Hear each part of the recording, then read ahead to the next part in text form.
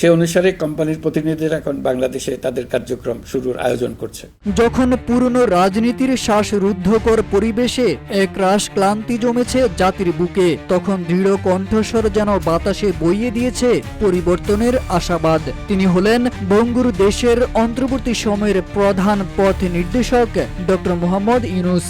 দায়িত্ব নিয়েছেন এমন এক মুহূর্তে যখন দেশ অতীতের প্রতিহিংসা আর দুর্নীতির ছায়া থেকে বেরিয়ে নতুন সম্ভাবনার দিকে এগুচ্ছে। আগামী 9 জুন 5 দিনের রাষ্ট্রীয় সফরে যুক্তরাজ্যে যাচ্ছেন ডক্টর ইউনূস।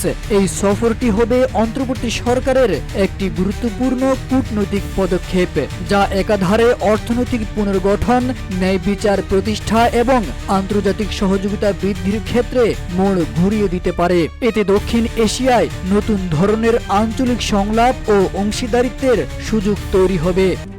RICL TMX, যুগের পর যুগ স্থাপনা থাকে মজবুত।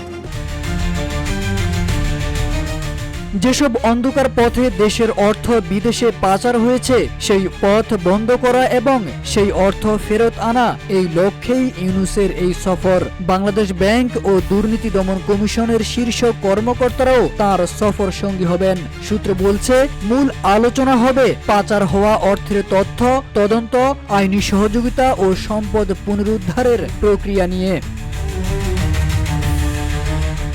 বাংলাদেশ থেকে বিদেশে পাচার হওয়া অর্থের অন্যতম গন্তব্য হচ্ছে যুক্তরাজ্য। লন্ডনেই অবস্থান করছে পলাতক সাবেক প্রধানমন্ত্রী শেখ হাসিনার বোন শেখ রেহানার পরিবার। চলতি বছর দুর্নীতি দমন কমিশন শেখ হাসিনা, শেখ রেহানা, টিউলিপ সিদ্দিক, রাদওয়ান মুজিব সিদ্দিক ববি ও আজমিনা সিদ্দিকের নামে 3টি মামলা দায়ের করে।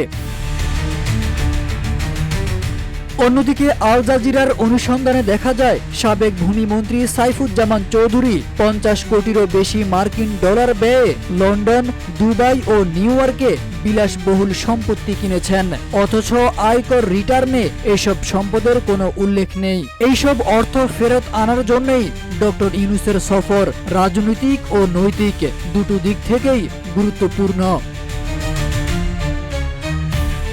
যুক্তরাজ্য দীর্ঘদিন ধরে রোহিঙ্গা সহায়তায় প্রধান আন্তর্জাতিক অংশীদার, কিন্তু সাম্প্রতিক সময়ে বিশেষ করে USAID সহায়তা হ্রাস পাওয়ার পর রোহিঙ্গা অর্থায়নে বড় ঘাটতি তৈরি হয়েছে। ইউনূসের এই সফরে যুক্তরাজ্যকে রোহিঙ্গাদের জন্য নতুন করে অর্থায়নে রাজি করানোর প্রচেষ্টা থাকবে বলে আলোচনা চলছে কূটনৈতিক মহলে।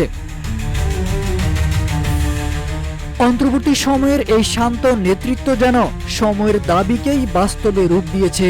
ডক্টর ইউনূসের নেতৃত্বে যখন অর্থনৈতিক ন্যায় বিচার, আন্তর্জাতিক অংশীদারিত্ব ও গণতান্ত্রিক পুনর্গঠনের নতুন সূর্যোদয়ের প্রত্যাশা দেখা দিচ্ছে, তখন এই যুক্তরাজ্য সফর একটি অনন্য দৃষ্টান্ত হয়ে উঠতে পারে।